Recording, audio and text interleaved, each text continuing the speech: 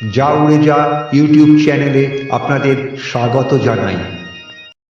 সংসারে লিপ্ত মানুষ কি ঈশ্বরের দয়া পাবেন না? তাঁরা কি চিরকালই বঞ্চিত থেকে যাবেন ঈশ্বরের করুণা থেকে? শ্রী শ্রী মা শারদামণি খুব সহজভাবে সেই কথাই ব্যাখ্যা করেছেন। আজ মায়ের কথা নবম পর্বে আপনাদের শোনাবো মায়ের সেই অমৃত বাণী। আসুন শুনে নেওয়া যাক। তার আগে প্রত্যেক নতুন বন্ধুকে অনুরোধ করব, চ্যানেলটি সাবস্ক্রাইব করে আমাদের উৎসাহিত করবেন, কারণ আপনারা চ্যানেল সাবস্ক্রাইব করে লাইক ও কমেন্ট করলে আমাদের প্রয়াস আরও বৃদ্ধি পাবে। একদিন এক ভক্ত মহিলা মাকে বললেন, মা, আমরা তো সারা দিন রাত সংসার নিয়ে সংসারের সকল ফরমাস আর চাহিদা মেটাতেই ক্লান্ত হয়ে পড়ি। সারা দিন রাতে 5 মিনিটও ঠাকুরকে ডাকতে সময় পাই না। আমাদের কি হবে মা? আমাদের ওপর কি তাঁর দয়া হবে না? মা বললেন, নিশ্চয়ই হবে মা। তিনি তো অন্তর্যামী, সবার বুকের মাঝে তিনি সব সময় আছেন। তোমার ভিতরে আকুতি থাকলে তা তিনি বুঝবেন। তাছাড়া সংসারের কাজ কি তোমরা করো মা? তিনিই করান।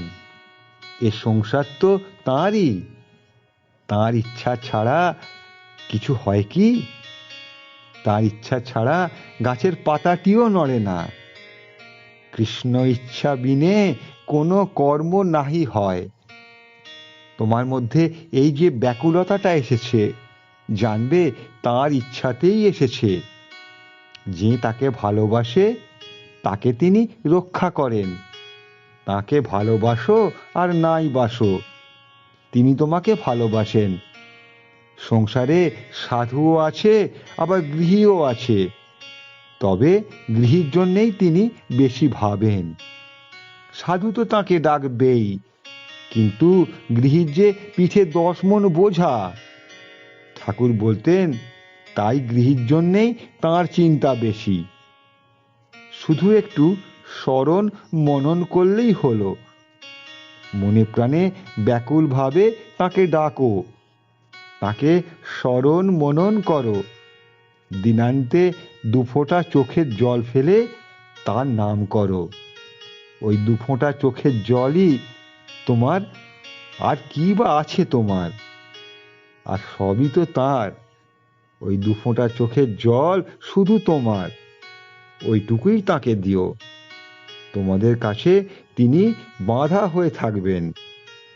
ভয় কি মা? ঠাকুর এসে এবার তোমাদের জন্য ভগবানকে পাওয়ার এই সহজ পথ বলে দিয়ে গিয়েছেন।